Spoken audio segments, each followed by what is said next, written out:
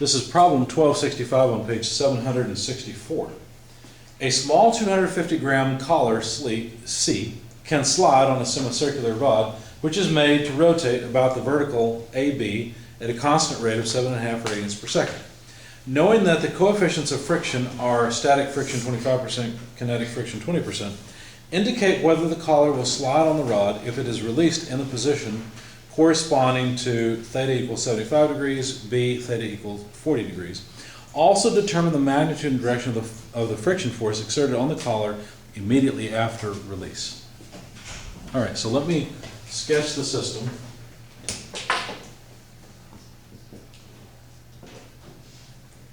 There's a semicircular rod, and all the X's indicate our bearings, so that the rod rotates about a vertical axis.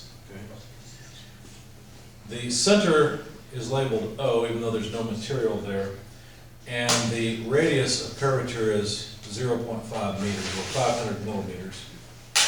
Collar C is shown in this position and has a mass of 250 grams. The angle theta to the collar is measured off of the vertical, and point A is here, point B is here, and C is the collar. Now, there's a rotation rate of this rod, and I guess I could draw it with a double-headed arrow. The angular speed omega, or theta dot, is 7.5 radians per second. Now, if we use the right-hand rule, that would indicate that the collar is rotating this way. Okay? Not that it matters. If it's rotating the other way, we get the same result. The friction coefficient between the rod and the collar for static is 25%, and for kinetic is 20%. And of course, the two positions of interest are theta equals 75 degrees for A, for B, theta equals 40 degrees. So we end up with a collar, let's see, 90 degrees is there, so basically at 40 degrees somewhere here, 75 degrees somewhere there. And so we're supposed to find out if it's rotating and the collar is released, will the collar slide?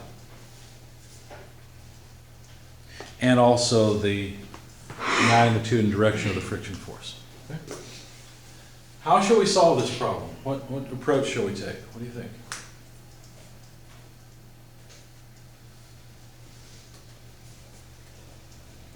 Well, if the collar were out here at 90 degrees, things would be a whole lot easier, because then we'd have the radius of rotation. Because right now, with C being down at 40 degrees or something, it's not rotating in a circle that's 1 meter in diameter, right? It's rotating in a circle that's smaller than that. So let's analyze the geometry of the positions we've been given. Let's start off with that. In fact, it's a general rule that before you can do acceleration analysis, you have to have velocity analysis. And before velocity analysis, you need position analysis. So you need a position solution, then velocity, then acceleration.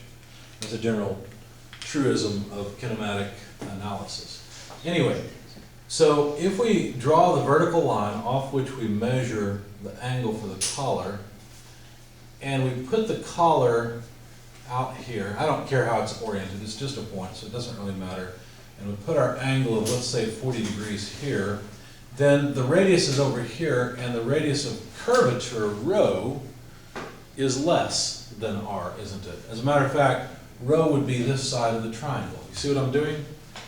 From a top-down view, let me make this a little shorter. From a top-down view, the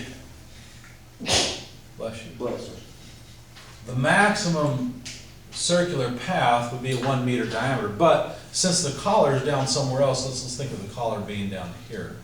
Since the collar is down there, then that circle is a smaller circle that the collar is moving. You see that? Mm-hmm. And that smaller circle, its radius is given by rho, whereas r is the radius all the way out to this bigger circle. Of course, the actual distance from the center down is still r, but that's not the circle that C rotates on. Make sense? So rho could be calculated from the radius of curvature and what? Well, it's the side it's shining on, so that's a sine of theta. So the radius of rotation is equal to the radius of this semicircle times the sine of theta. So we should be able to figure out rho in both of these cases, the radius that the circle moves on. So let's just do that. So if you wouldn't mind, take a half, which is half a meter, r, and multiply it by sine of 40 degrees and sine of 75 degrees. Take your pick, I don't care, and just tell me which one you calculated. That way we get our radius of curvature for 40 degrees and for 75 degrees. 40 degrees is 0.32 and 75 is 0.48. Everybody agree with that? I got 0.35 for 40. Okay, so we need a tiebreaker? Oh, hold on. I got 3.45. 3-2? No, I got 0.34. Okay, that's fine. You're fine, that's good. And 0.48 for the other, I assume, is correct. It makes sense, 0.48, because that's pretty far up. It's going to be almost half a meter. So there's our radius of curvature. That's our position analysis, so to speak. Now, what else should we use? What tools do we always use in these problems? So a free body diagram so that we can sum forces. And also kinetic diagram. And what else? The free body diagram helps you figure out what to put on the left-hand side of sum of forces. Any kinematic analysis typically helps you with the right-hand side with the acceleration. Okay? So if we were to make a free body diagram, what free body would you choose? The collar, right? So the collar, C, is going to have forces in it. What forces will it have?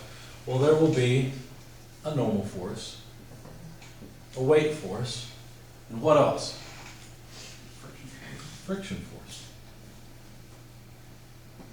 So there's friction between the rod and the collar, and we're not really sure which direction that friction force would be yet, right? So let's just assume a direction, then we'll figure out if we were right or wrong. Let's just take a guess that it's going to slide down, and let's assume friction X against that. Okay? We'll put a question mark by this. We need to double check and make sure that makes sense later on. Okay? Any other forces you can think of? I think that's it, right? Because we know that the collar or the rod rotates at a constant rate, so there's no tangential load in order to increase the speed of the collar. What about the kinetic diagram? What would it look like? Well, let's see. We need the body again, and we need to decide on a coordinate system. I don't think that an XY coordinate system will be, well, it may be useful, I don't know. Let's go ahead and give ourselves one. XY, something like that. But I think that the normal tangential coordinate system will be useful to us. Now, what direction would we take as the normal direction and the tangential direction? Well, be careful here. The tangential direction has to be the same direction as the velocity. The velocity is coming out of the page. In other words, if I were to, let's get rid of the two circles, let's make it obvious that C is not exactly on the maximum position, okay? Something like that. Let's take this up and make one circle rather than two so we can see how the collar is moving around, how it's rotating. So there's our center line, there's the tangent. So there's the circle that the collar is, oh, I missed, didn't I? I will just pretend that one's tangent. No. Okay, so this radius is rho, whether it's 75 or 40, I don't really care right now. But the velocity, if we're rotating this way, then the tangential velocity is like that. And therefore, the tangential direction has to be there. Okay? And that's going into the page here. What about the normal direction? What does the normal direction mean? It means normal to the curve. Well, it's always perpendicular to the tangential direction, so it must be like this. Notice it cannot be like this. It has to be like that. Why? Because we have to somehow have a plane to work in, right? So there it is. So the tangential direction's into the page, the normal direction's this way. So it looks like my normal direction's opposite of x, and I'll have to use y for the vertical direction because the normal tangential plane is perpendicular to the y-axis, okay? All right, so how would the kinetic diagram go? Well, let's see. Mass times acceleration in the normal direction, if you like. Mass times acceleration in the y direction. Okay. Now notice that there's the possibility for there to be some acceleration in the y direction. That's possible. Because it's possible this thing will either slip up, slip down, or maybe it won't move at all. We'll see. If static friction is not overcome, then there won't be any slippage. What do we do next? Change majors because this is too much. Some forces. Some forces. So sum of forces, what direction do you want to sum forces in to start? Y. We could sum forces in y. I would rather begin by summing forces in the normal direction. Let me explain why. We already know the angular speed, don't we? Could we get at the tangential velocity? Can we figure that out? Yes, we actually can. The tangential velocity will be the angular speed theta dot multiplied by rho. Where the heck did that come from? I'll show you. This is back in chapter 11. Let's go back and find it quickly. Remember when we were talking about radial transverse coordinate systems? I know we're dealing with normal tangential, but in radial transverse coordinate systems, we had some equations that dealt with velocity and acceleration. Remember those? Let me find them. Let's see. Here we go. Page 695. Go there, please. Page 695. Look at equation 1142. 1142 looks a little bit more complicated than what I've got, but it says that the velocity can be written. Let me write it out so that you can, in case you don't have your book, you can see what we're talking about. The velocity can be written as r dot e r plus r theta dot e theta. Now remember how the transverse coordinate system looks a whole lot like the radial transverse looks a lot like the normal tangential coordinate system. And in particular, if we were working a problem like this, we might choose to have a radial vector that comes out something like this. Remember, that can always be from any point we consider to be interesting, and I think the center of the circle is interesting. And so the transverse direction would be here, right, just like the tangential coordinate system. And so this piece is particularly interesting. It tells us what the velocity is in that direction, and it's just the radius of curvature times theta dot. I know here we're using r. Don't be confused about the fact that we've used r for the radius of this hoop. You could use b if you want for the radius of the hoop. I don't care. This just means whatever radius the particle's moving around on and the angular speed. If you multiply those two together, you get the tangential velocity. So that's how I came up with this piece, was because I understood what this is saying. You see? So that gives me the tangential velocity. By the way, the other term, the r dot, would have been the normal velocity, but we won't worry about that. Not normal velocity, but radial velocity. All right, so if I just know the rotation rate and the radius of curvature, I can find out the velocity. So what that means is I can calculate a tangential velocity in both of these cases. I think I'm going to have to move my coordinate system. It's in the way. Let's put it over here. X, Y. So the tangential velocity, well, let's see. All we need to do is take theta dot, 7.5 radians per second, multiply it by 0.48. That would give us a velocity in meters per second. So do that for me if you would. 7.5 times 0.48 comes to what tangential velocity? 3.6. 3.6 meters per second. Why don't we do the same thing while we're at it for the other tangential velocity for 40 degrees? So 0.32 times 7.5 is what? 2.4. 2.4.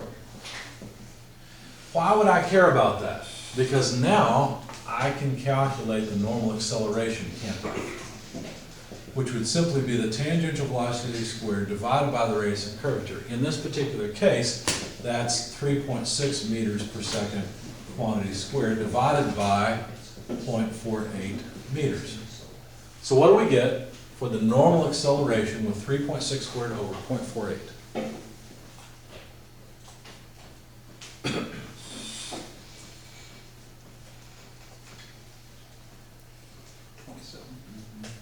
Twenty-seven. 27? 27. Did I get that right? Okay. What about down here? What do we do here? What numbers will we plug in for this normal acceleration? 2.4 squared over 0.32. Exactly. 2.4 squared over 0.32. What do we get for that normal acceleration? 18. 18. What did I just do? I did some kinematics work so that I know something about the right-hand side of a sum of force equations, in the normal direction. I'm going to do that first because that should put some kinematics knowledge into it, which might help me get forces, which then maybe I can use to figure out what's going on in the y direction. Okay? So summing forces in the normal direction, well, that's this way. Let's see, we've got, looks like only a component of the normal force. So I'm going to have to decide now whether I want to focus on the 75 degree or the 40 degree case. I'll start with the 75 degree case. Okay. So at 75 degrees, like that means this normal force is down pretty far. The angle theta would be right there. So to get the normal component, I'll have to use sine. So n sine theta. In fact, I guess I don't have to choose yet. I can plug in theta as a variable. So n sine theta, and I think that's it, isn't it? The weight does not appear in the normal direction. However, the friction force does.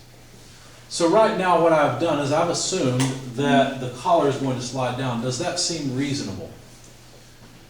Well, let's see. I don't know. Let's just assume that that's the case, and we'll take a component of the friction. So that's going to be a negative component of friction. And let's see, I may be sorry I'm doing this. I may want to think through. Well, we'll see what happens. So friction force times what? Well, let's see. So that's the other vector going this way. So if that uses sine, this one will have to use cosine. Let's see if that makes sense. Yes, that makes sense. And that's equal to the mass times the normal acceleration. Now, one thing I could do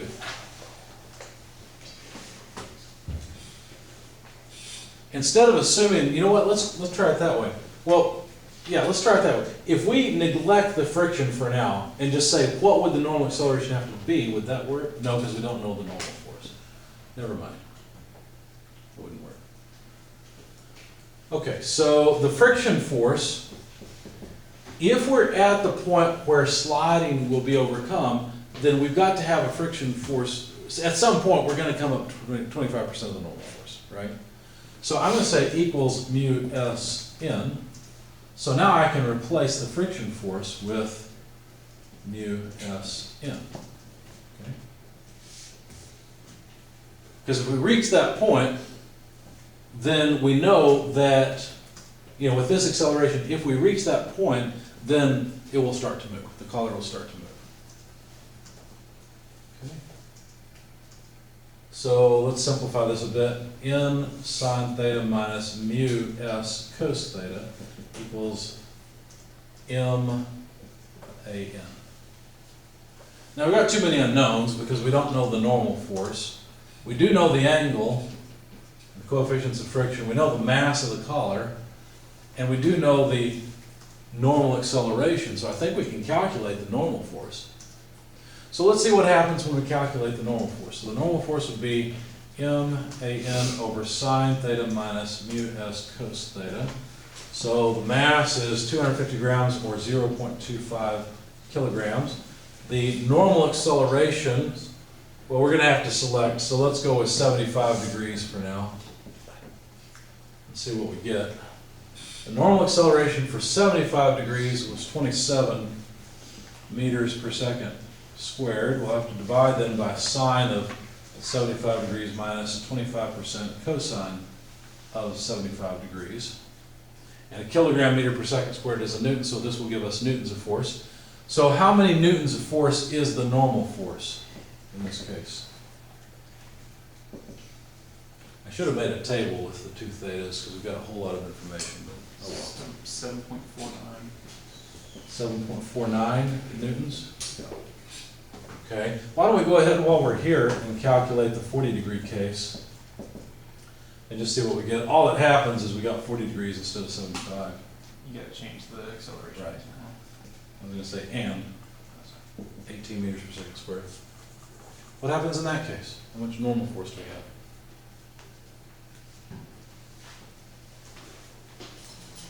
The whole class is relying on one person to do all the math, I think.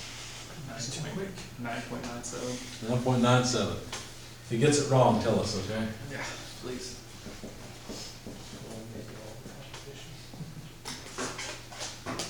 All right, there's the normal force. What else could we do? Well, we could sum forces now in the vertical direction. So summing forces in the vertical direction will have minus weight plus the normal force times cosine theta. By the way, all I do is I look to see what I had in the other one, switch it, and I know it's okay. I don't have to reconsider the triangle that way. So minus weight plus sum of the normal force plus the friction force. Now we've already determined that the friction force would be mu s n, so let me just write that in. Mu s n, I'll just make a note that this is the friction force, multiplied by sine theta equals mass times acceleration in the y direction.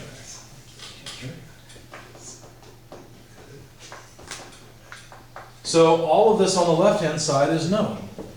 The weight is mg, so that would be 0.25 kilograms times 9.81 meters per second squared. The normal force can be factored out of these two. So, let's see, I tell you what, let me do it this way. How about if we calculate the weight separately, just so we've got it. What is 9.81 times 0.25, or what's a quarter of 9.81? How much? 2.45 newtons, thank you. So that'll take care of the weight. Let me just write this again. Minus weight plus n times cos theta plus mu s sine theta. And then if we divide by mass, actually I guess I really didn't have to calculate the weight, but we'll just equals acceleration in the y direction. Okay, so let's plug in some numbers. So the weight is 2.45 newtons. That's a negative. Plus the normal force, which we'll go with the 75-degree angle first, is 7.49 newtons. And then we need to multiply by the cosine of 75 degrees, because that's the direction I chose, or the position I chose, plus 25% sine 75 degrees, all divided by 0.25 kilograms. Okay, and that will give us acceleration in the y direction in meters per second squared. So what do we find?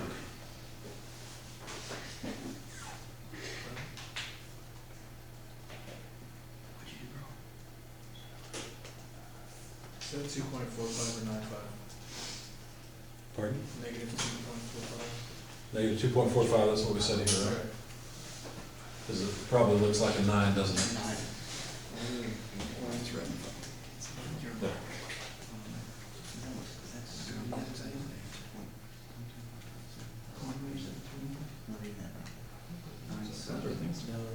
Times the sine of 75 degrees. I'll take some. Oh, wait, no, I didn't. You rounded your weight, that's fine. I didn't know the Yeah, weight. that's supposed to be sine. 5.18 is what I got. That's what I got us one off. 5.18 Yep. or 5. When you rounded, yeah, you rounded the weight. You rounded. Okay. So what does that tell us? That tells us that it would be accelerating in the positive y direction. Well, if it's accelerating in the positive y direction, then we chose the wrong direction for friction, didn't we? Okay, so let's try flipping the direction of friction and see what happens. So if we flip that direction, now all that happens is all the places where we had the friction change sign. So we'll have to add there instead of subtract. Okay. Now, before we get too carried away though, change those back. That was the 75 degree. So we've chosen the wrong direction. So this is F for 75 degrees. At least that's what we think. We'll run through it again just to make sure. But what about for 40 degrees? Let's just keep going and try 40 degrees here. Bless you. And then for that, the normal force was 9.97. What do we get for the 40 degree case?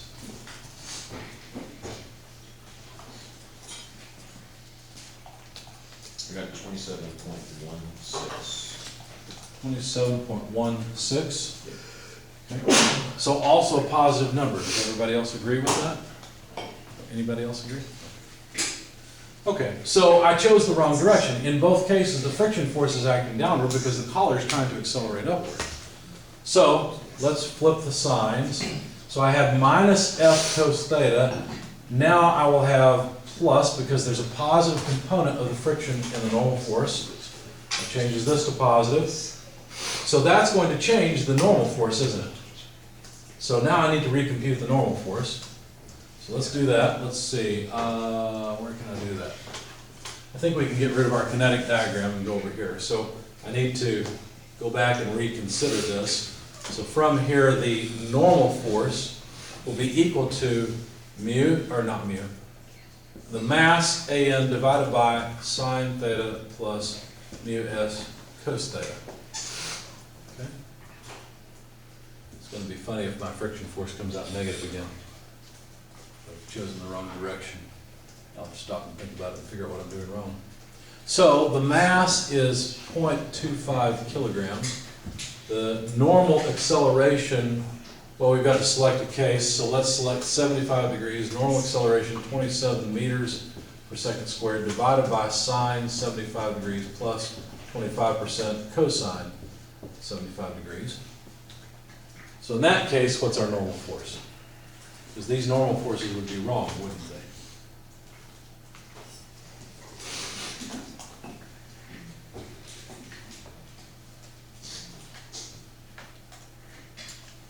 $6.5. 6.5 what? 5. 5, thank you. Anyone second that? Yep.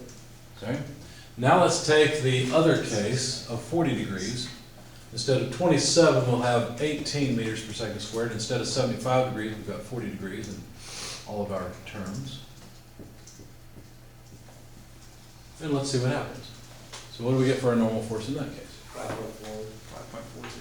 5.40. Okay. So now that we've got updated normal forces, let's consider the sum of force in the y direction. Well, now friction acts in the negative direction, negative to what we had before. That acts downward. And so we're going to subtract here. That means we are subtracting here. And let's plug in 6.55 and 75 degrees. Do you wish we had used Excel on this? Yes. Me too.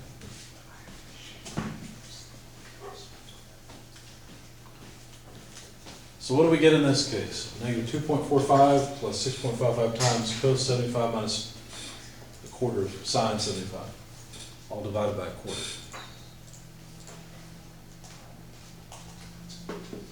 10.66. 10.66. Anyone second that? Anyone else agree with it? No? No, that's probably right. I got 3.3. That's wrong. Maybe, maybe not. We'll see. No. Have a little more self-confidence. Defend your answers. Sure. 25. I will defend the indefensibility of my answer. Give me the other one if you want. I will defend the uncertainty of my answer.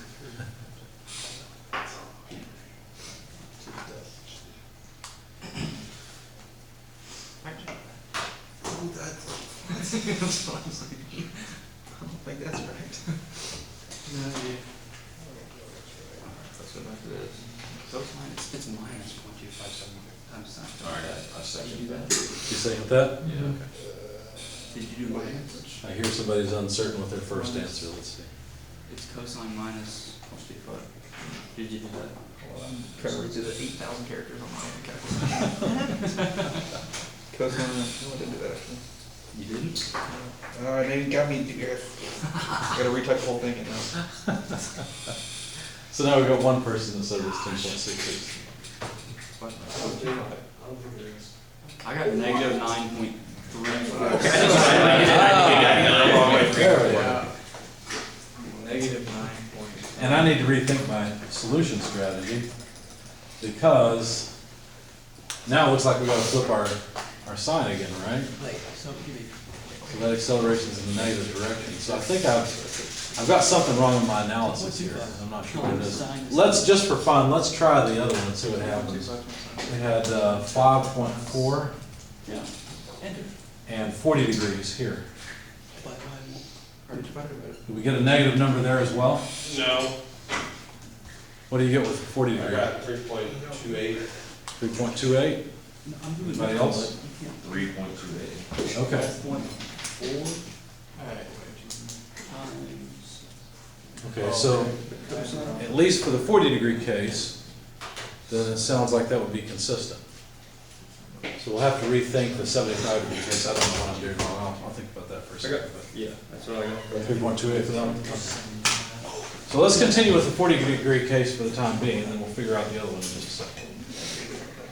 All right, so how are we doing on time? Oh, we're okay. Okay, so 3.28 meters per second squared, that's the acceleration in the vertical direction. But what were we supposed to find? We were supposed to find the magnitude and direction of the friction force exerted on the, will it slide on the rod after release? I think the answer to the 40-degree case is yes, it'll slide after release, right? Because we see that we've got a positive acceleration even with friction acting downward.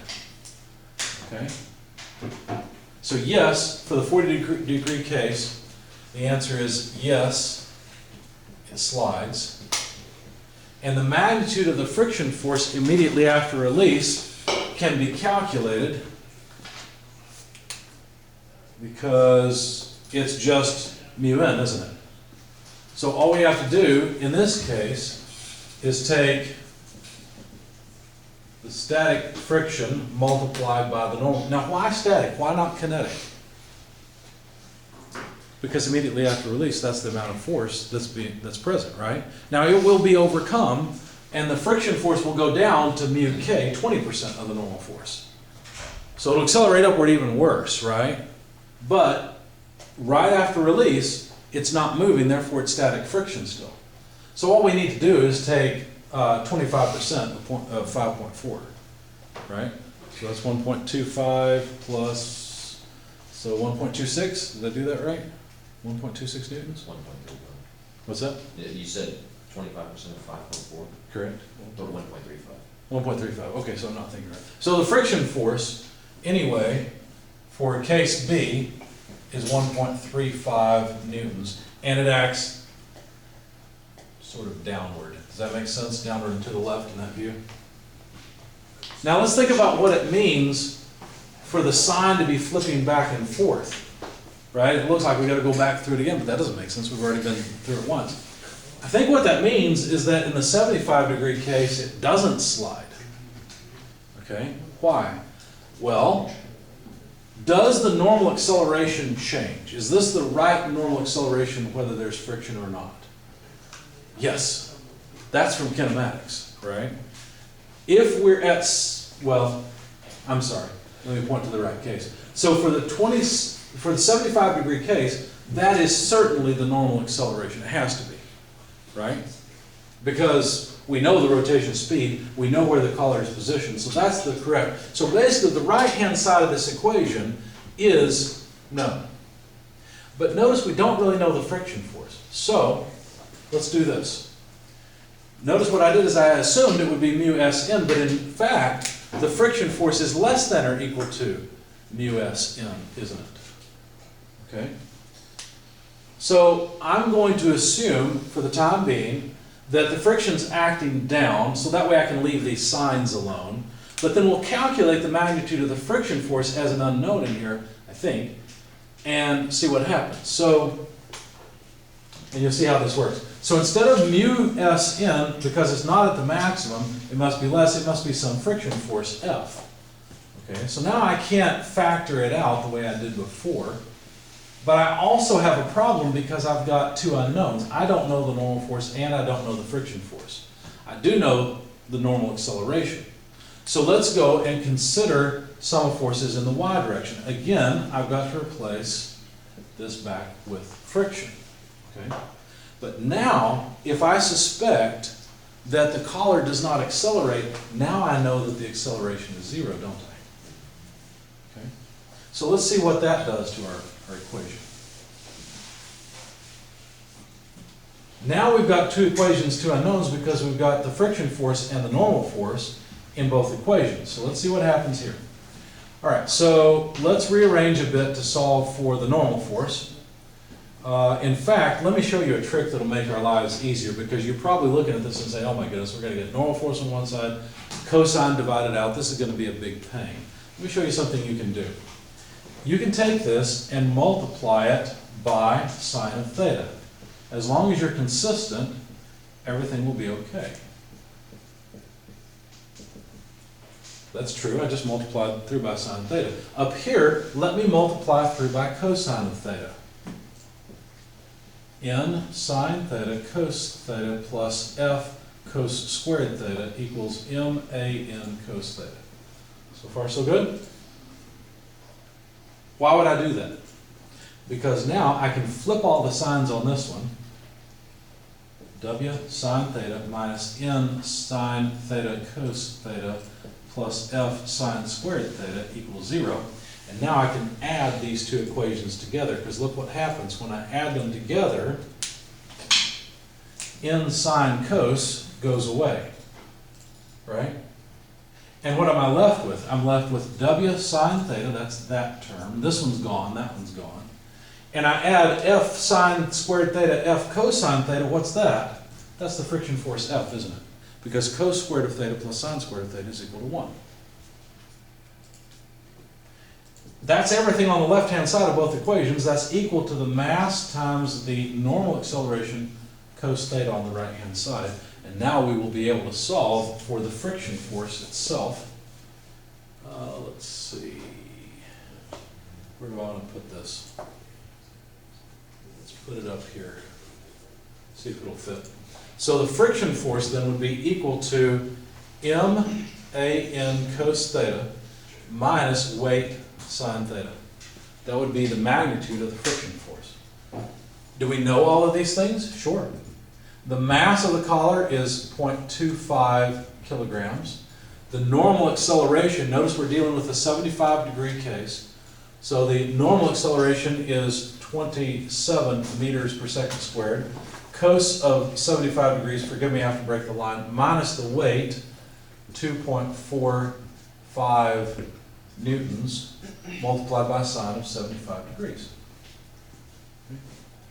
So if you'll take your calculators, please, multiply 0.25 times 27, cos 75, minus 2.45 sine of 75, and I'll calculate the friction force for you. Or you'll calculate the friction force for me, I guess.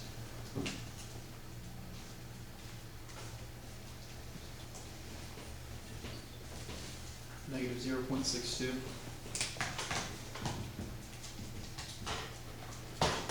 Anyone agree with that? So those are newtons. That means I've selected the wrong direction, which means the friction force for the 75-degree case is actually upward. For the 40-degree case, it was downward. But for the 75-degree case, it's upward. Okay. So if that's the case, that's fine. Notice that I don't have to flip my signs anymore. I assumed a direction for a force. It was wrong. The equations are still consistent. How can I check this further? Well, what I can do is ask the question, what's the normal force? I can get the normal force now, can't I?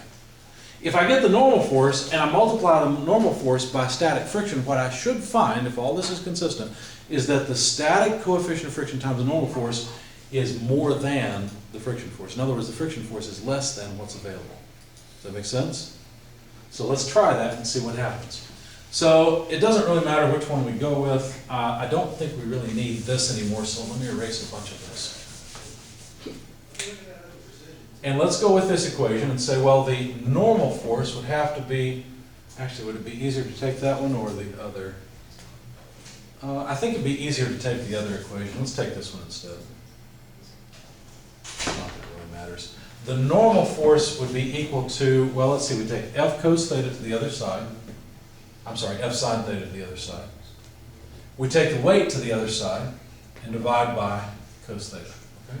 So the friction force I've calculated is a negative 0.62. Okay?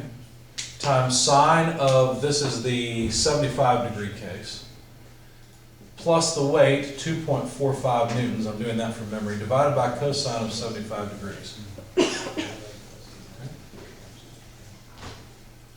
So what do we get from this?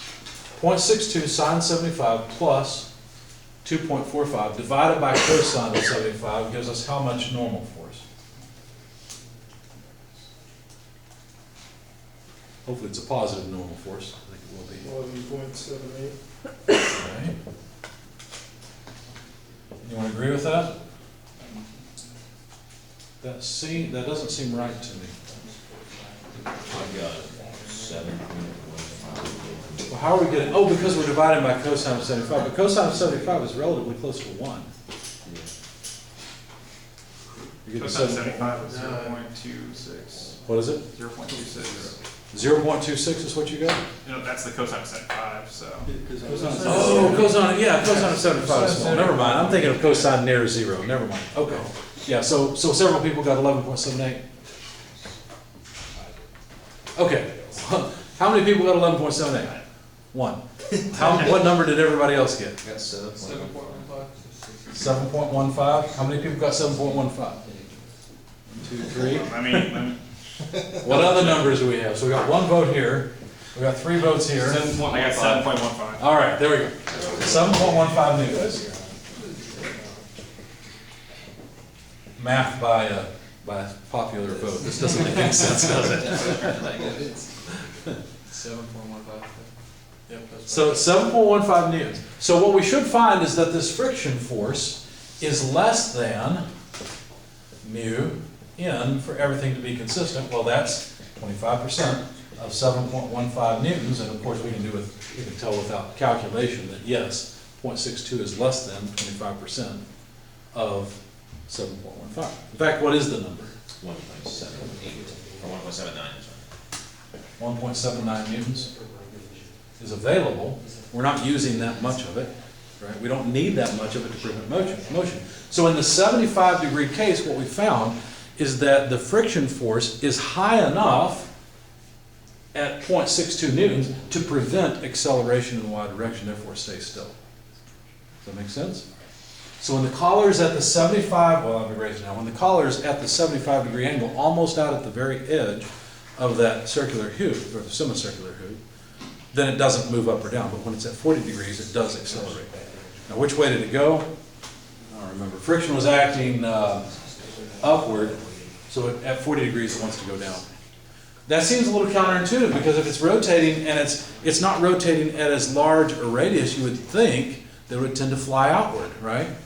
But at 40 degrees, there's not enough velocity to generate enough necessary normal acceleration for the normal force to pull it out. You see?